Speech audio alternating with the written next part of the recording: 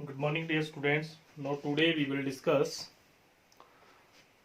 elementary transformation.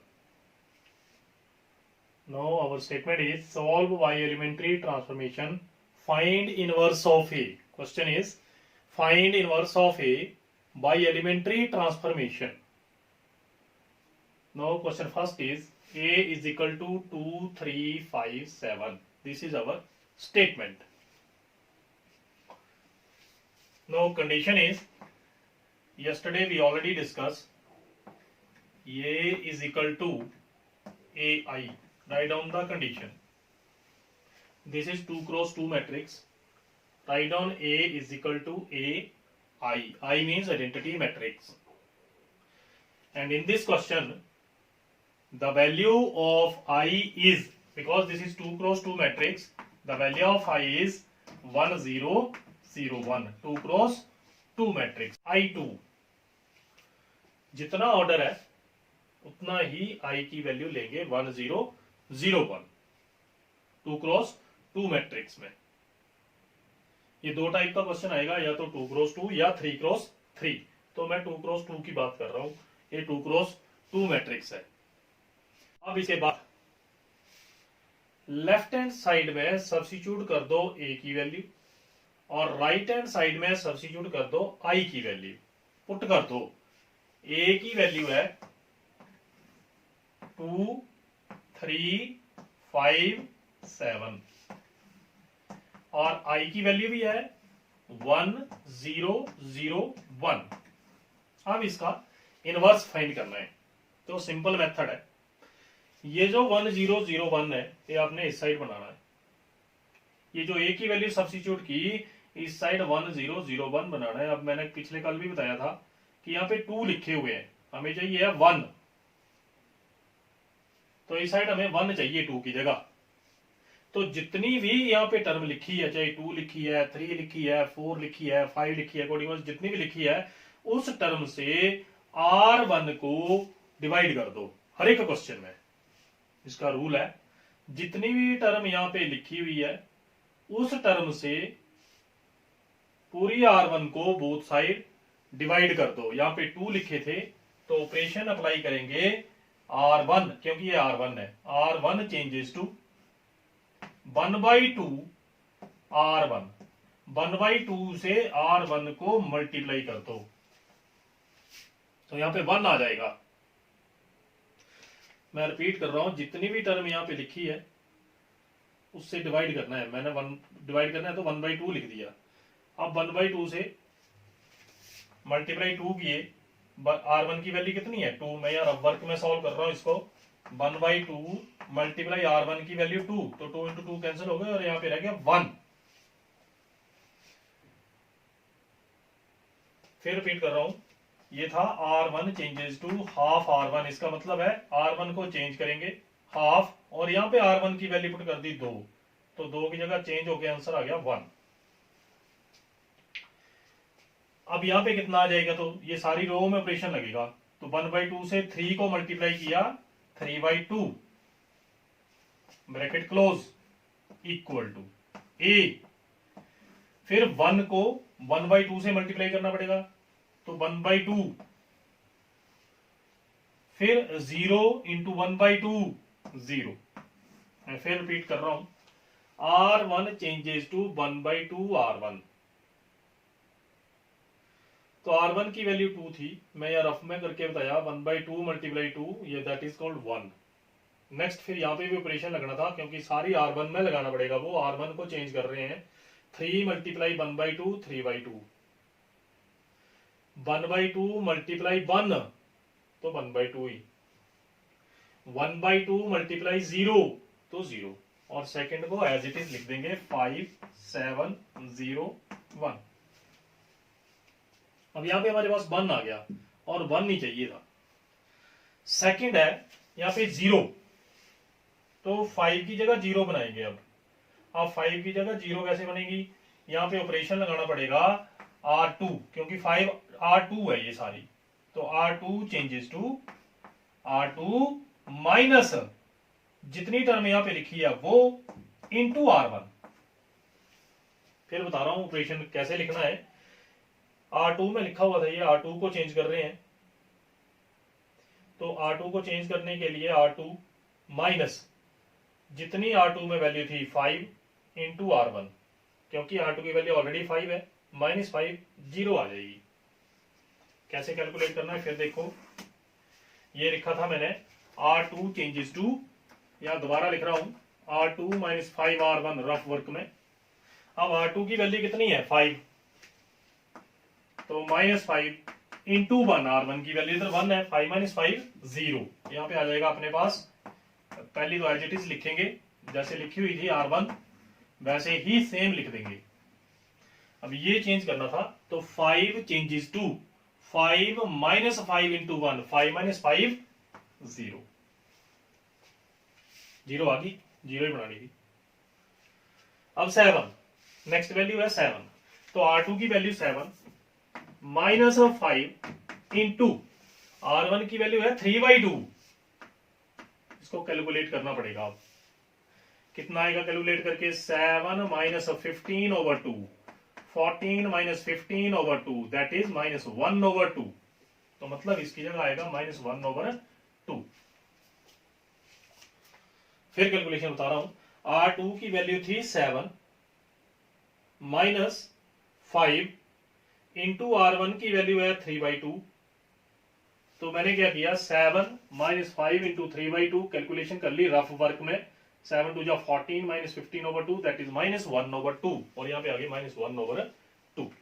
Same operation इस side लगेगा, तो क्या होगा यहाँ पे R2 की वैल्यू 0 माइनस 5 इंटू 1/2, फिर वैल्यू पुट करेंगे रफ वर्क में, 0 माइनस 5 इंटू R1, तो R1 कितना है 1/2, तो ये सॉल्व करके आ गया -5/2, 5 मल्टीप्लाई 1/2 -5/2। अब नेक्स्ट ऑपरेशन क्या है, R2 की वैल्यू 1 है और R1 की वैल्यू 0 है, तो यहाँ पे लिखेंगे 1 माइनस 5 इंटू 0, तो मतलब +1, तो दोनों साइड ऑपरेशन लग गया। अब यहाँ पे भी 0 बन गई, हमने 1 0 बना दी, अब क्या बनाना है इधर 1। ऐसे ही हर एक क्वेश्चन में ऑपरेशन लगना है, पहले इसको चेंज करेंगे 2 को, फिर 5 को, फिर 7 को, और लास्ट में 3 अपने आप चेंज होगा। अब यहाँ पे +1 बनाना है, ये फिर R2 है, तो हम लिखेंगे R2 चेंजेस टू -2R2, -2 के साथ सारी R2 को मल्टीप्लाई कर दो। यहाँ पे -1/2 थे, हमें +1 चाहिए, तो +1 के लिए -2 से R2 को मल्टीप्लाई कर दिया सारी की सारी को, तो कितना आएगा मल्टीप्लाई करने के बाद 1 3/2। अब -2 से 0 को मल्टीप्लाई करेंगे 0 ही, -1/2 इंटू -2 +1। मैं रफ वर्क में फिर करके बता रहा हूं इसको, -2 मल्टीप्लाई 1/2 माइनस की, तो 2 और 2 कैंसिल हो गए और +1 आ गया। Same is equal to a into 1/2 0 as it is लिख देंगे, -5/2 और इंटू 2, माइनस के 2 है, मल्टीप्लाई माइनस के 5/2, 2 और 2 कैंसिल हो गए और +5, और लास्ट में 1 को -2 के साथ मल्टीप्लाई कर देंगे, तो -2, 1 को -2 के साथ मल्टीप्लाई किया तो -2 आ गए। अब लास्ट ऑपरेशन यहां पे बनाएंगे हम 0, यहां पे क्या बनानी है 0, तो ये है R1 changes to R1 -3/2 R2, जितनी टर्म थी उससे इस 1 को मल्टीप्लाई कर दिया तो 0 आ जाएगी। अब R1 की वैल्यू 1, 3/2 और R2 की वैल्यू 0, तो 1 - 0 1 ही। और नेक्स्ट में R1 की वैल्यू 3/2 लिखेंगे, -3/2, और यहाँ R2 की वैल्यू 1 है, यहाँ रफ में कर रहा हूं 3/2 -3/2, और ये R2 की वैल्यू 1 है, तो 3/2 - 3/2 0 बन गई, 0 ही बनानी थी। Is equal to a into, इस साइड भी यही ऑपरेशन लगाएंगे, तो इस साइड फिर कैलकुलेट कर लो रफ में, यहाँ लिखेंगे आप R1 की वैल्यू, मैं ऑपरेशन दोबारा लिख रहा हूँ, R1 changes to R1 minus 3/2 R2।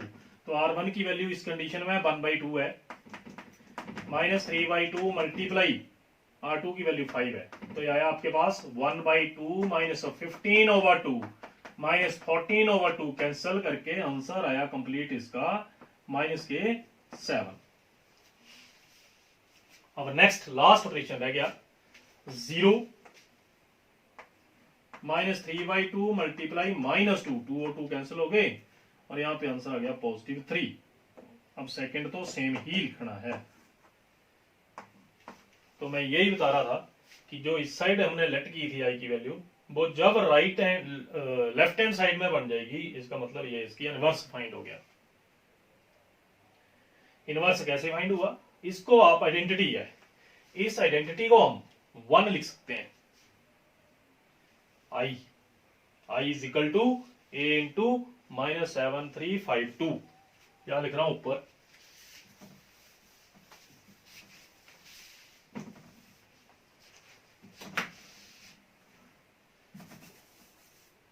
I is equal to A into minus 7352।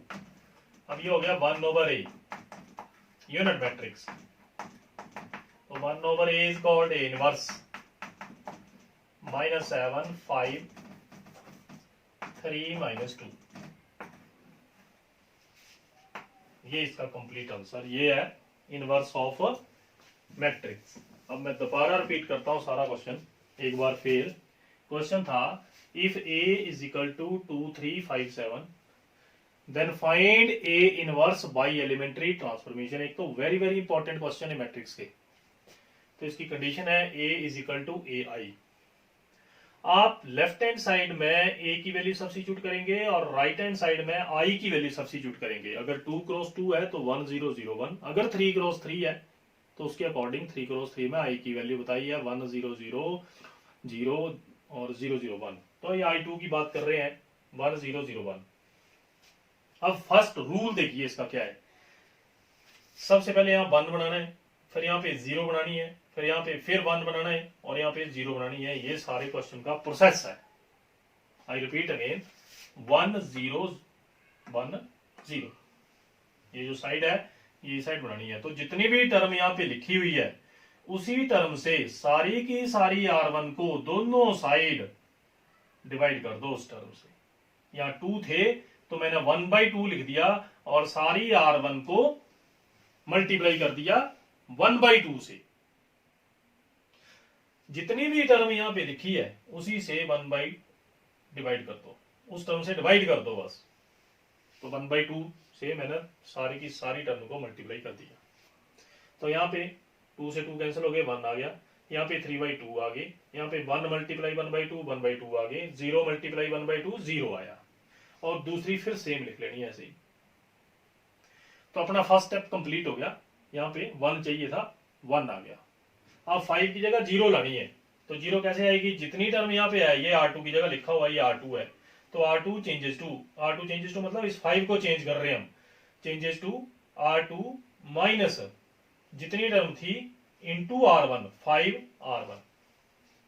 तो R2 की वैल्यू आपने 5 पुट कर दी, माइनस 5 इंटू 1 5 माइनस 5 0। फिर यहाँ पे आपने R2 की वैल्यू 7 पुट कर दी, माइनस 5 इंटू 3/2, रफ साथ में बता रहा हूं मैं, 14 माइनस 15/2, तब आया माइनस 1/2, ये लिखा मेरा माइनस 1/2। फिर नेक्स्ट दूसरी साइड भी यही ऑपरेशन लगाना पड़ेगा, तो 0 माइनस 5/2 इसलिए माइनस 5/2, 1 माइनस 0 1। अब यहां पे भी 0 चाहिए थी, 0 होगी। अब थर्ड स्टेप क्या है इसका, यहाँ पे माइनस 1/2 आ गए और यहाँ पे हमें चाहिए पॉजिटिव 1, क्योंकि आई की वैल्यू हमें यहाँ पे पॉजिटिव 1 होता है। तो आप इसको माइनस 1/2 को माइनस 2 से मल्टीप्लाई कर दो, जितनी डिवाइड में टर्म होगी उससे मल्टीप्लाई कर दो और साइन देख लेना पॉजिटिव चाहिए वहां पे। अगर पॉजिटिव है तो पॉजिटिव, नेगेटिव है तो नेगेटिव से मल्टीप्लाई। माइनस 2 से सारी लाइन को मल्टीप्लाई कर दो, 0 पॉजिटिव 1 पॉजिटिव 5 और यहाँ पे माइनस 2। तो यहाँ पे भी आपके पास 1 बन गया। अब लास्ट स्टेप, R1 में फिर चेंज करना है, यहाँ पे हमें फिर 0 चाहिए। R1 changes to R1 minus जितनी टर्म थी इंटू R2, 3/2 R2। अब R1 की वैल्यू कितनी है 1 माइनस 3/2 R2 की वैल्यू कितनी है इस केस में 0, तो 1। ये भी चेंज दोबारा नहीं होना चाहिए, 1 नहीं रहना चाहिए अगर एक बार 1 बन गया तो। R1 की वैल्यू 3/2 माइनस 3/2 इंटू R2 की वैल्यू 1, तो 3/2 माइनस 3/2 0। फिर बता रहा हूं यहाँ पे 3/2 लिख लो, ये R1 की वैल्यू है 3/2, फिर माइनस 3/2 इंटू R2 की वैल्यू है 1, तो 3/2 माइनस 3/2 0। ये कैलकुलेट कर लो, 1/2 माइनस 3/2 इंटू 5, 1/2 माइनस 3/2 इंटू 5, तो आया 1 माइनस 15/2, एलसीएम लिया माइनस 14/2, तब आया आपके पास -7। और लास्ट में R1 की वैल्यू -7 यहां पे लिख दिया हमने। फिर अब यहां आना था 0 माइनस 3/2 इंटू -2, तो कैंसिल हो गए, पॉजिटिव 3 माइनस माइनस प्लस, तो ये आई की वैल्यू इस साइड फाइंड होगी। अब इसको आई लिख देंगे, यहाँ स्पेस कम थी, ऊपर लिखा मैंने I is equal to A into -7 3 5 -2। A को इस साइड डिवाइड कर दो, I means unit matrix, unit means 1, A ऊपर चला गया नेगेटिव, तो ये ए इनवर्स फाइंड हो गया -7 3 5 -2। अब इस क्वेश्चन को आप ध्यान से देखिए, इसको सॉल्व कीजिए, फिर नेक्स्ट करिए सॉल्व। Thank you.